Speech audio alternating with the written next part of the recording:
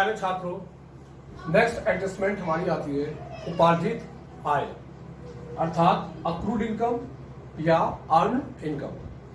तो क्या होती है उपार्जित आय? ऐसी सभी इनकम जो अंतिम खाते बनाने की तिथि तक हमने कमा तो ली है, अर्थात हमने अर्न कर ली है, लेकिन अभी तक हमें प्राप्त नहीं हुई। इसका मतलब ये हुआ an income which is earn on the date of final account but not receive is known as accrued income और अर्न इनकम। एग्जाम्पल तो समझते हैं। सपोज कीजिए हमें बैंक जो है 6 महीने के अंतराल पर ब्याज प्रोवाइड कराता है और हमारा जो ब्याज आएगा वो फरवरी के महीने में आएगा। तो इसका मतलब ये हुआ कि हमने 4 महीने का ब्याज दिसंबर तक अर्न कर लिया है, लेकिन वो अभी हमें प्राप्त नहीं हुआ है, लेकिन वो 2 महीने बाद प्राप्त होगा। तो 4 महीने का ब्याज हम कमा चुके हैं। तो ये इनकम ऐसी इनकम है जो कि हमने अर्न तो कर ली है, लेकिन अभी तक हमें रिसीव नहीं हुई है। आइए इसका एडजस्टमेंट एंट्री क्या होगा बनाते हैं। ACCURED accrued interest account debit to interest account, ये इसका एडजस्टमेंट एंट्री हुआ। अक्रूड इंटरेस्ट को हमने क्या किया? डेबिट। और जैसे कि आप पहले से जानते हैं, जितनी भी डेबिट बैलेंस वाली चीजें होती है, या तो हमारी एसेट होती है, हमारी एक्सपेंसेस, और जितनी भी इनकम होती है वो सब हमारी क्रेडिट हो जाती है। तो accrued interest account debit to interest, हम इसको फाइनल अकाउंट में किस तरह से शो करेंगे? फाइनल अकाउंट में लेखा, कैसे लेखा करेंगे इसका? 2 जगह हम इसको लिखेंगे। एक तो अक्रूड इंटरेस्ट हमारी क्या है? एक इनकम है जो कि हमें भविष्य में प्राप्त होगी, तो यह एसेट है, इसलिए हम इसको बैलेंस शीट की एसेट साइड में लिखेंगे। दूसरा टू इंटरेस्ट, इंटरेस्ट हमारी इनकम है और सारी इनकम हम फाइनल अकाउंट की प्रॉफिट एंड लॉस अकाउंट की क्रेडिट साइड में लिखते हैं। तो क्रेडिट साइड में इसको इंटरेस्ट के अमाउंट में हम जोड़ देंगे। तो लिखेंगे, ऐड करें इनकम में प्रॉफिट एंड लॉस अकाउंट की क्रेडिट साइड में, अर्थात ऐड कर देंगे प्रॉफिट एंड लॉस अकाउंट की क्रेडिट साइड में। पॉज। नंबर 5, अनुपार्जित आय, अर्थात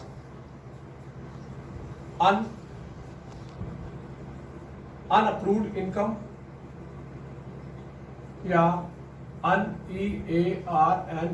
अनअर्न्ड इनकम। ऐसी सभी इनकम जो कि हमें प्राप्त तो हो गई है, लेकिन अभी तक हमने कमाई नहीं है, अर्थात N income which is received but not earn, वो क्या कहलाती है? अनुपार्जित आय। ये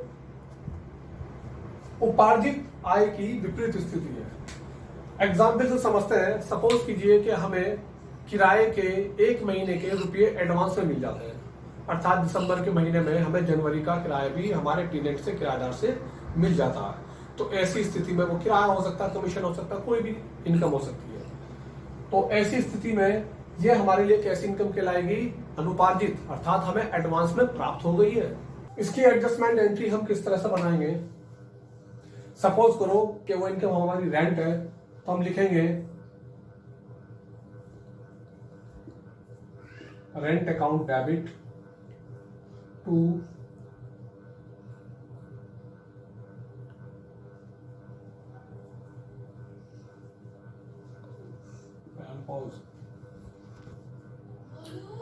rent account debit to unearned rent.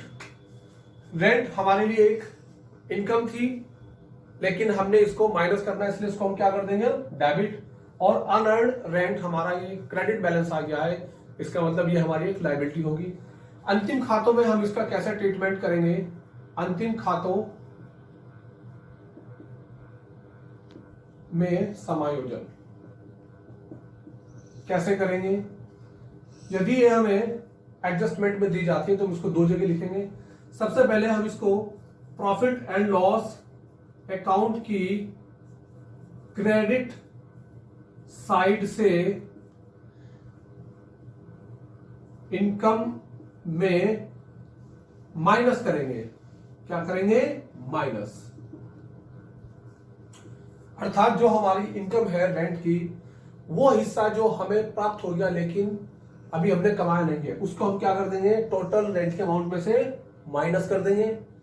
और दूसरा जो हम इसकी एंट्री, जो हम इसका लेखा करेंगे, वो कहां करेंगे? बैलेंस शीट की लायबिलिटी साइड में लिखेंगे। इस तरह से छात्रों, आज हमने अपने इन 2 वीडियो के माध्यम से 5 एडजस्टमेंट को समझाए। बाकी एडजस्टमेंट अगले वीडियो में समझाए जाएंगे।